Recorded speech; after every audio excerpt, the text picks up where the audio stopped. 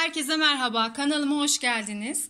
Bugün sağlıklı, fit bir omlet yapacağız. Bunun için gerekli malzemelerimiz 2 yemek kaşığı yulaf, 1 fincan sütümüz var, bir miktar lor peyniri kullanacağız ve bir miktar da dereotu, maydanoz ilave edeceğiz.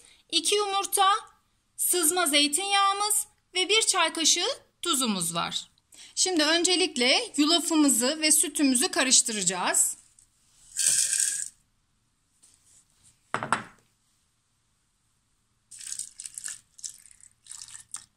Sütümüzü kontrollü ekleyelim.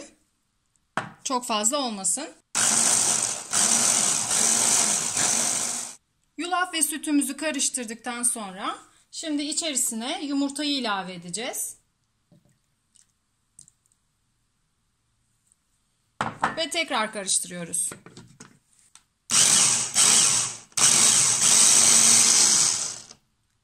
Evet, şimdi pişirmeye başlayabiliriz.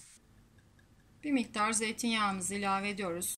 Yulafla karıştırdığımız sütlü yumurtalı karışımımızı döküyoruz.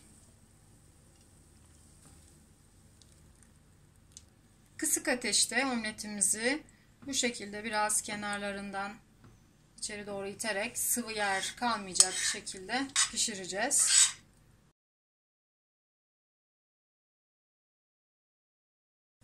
Şimdi peynirimizi ilave ediyoruz artık.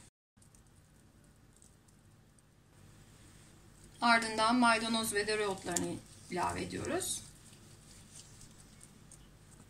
Bunların da yapışmalarını sağlayalım.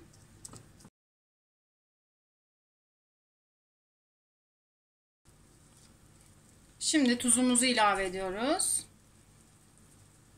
Evet, omletimiz pişti. Artık sunuma, servise hazır.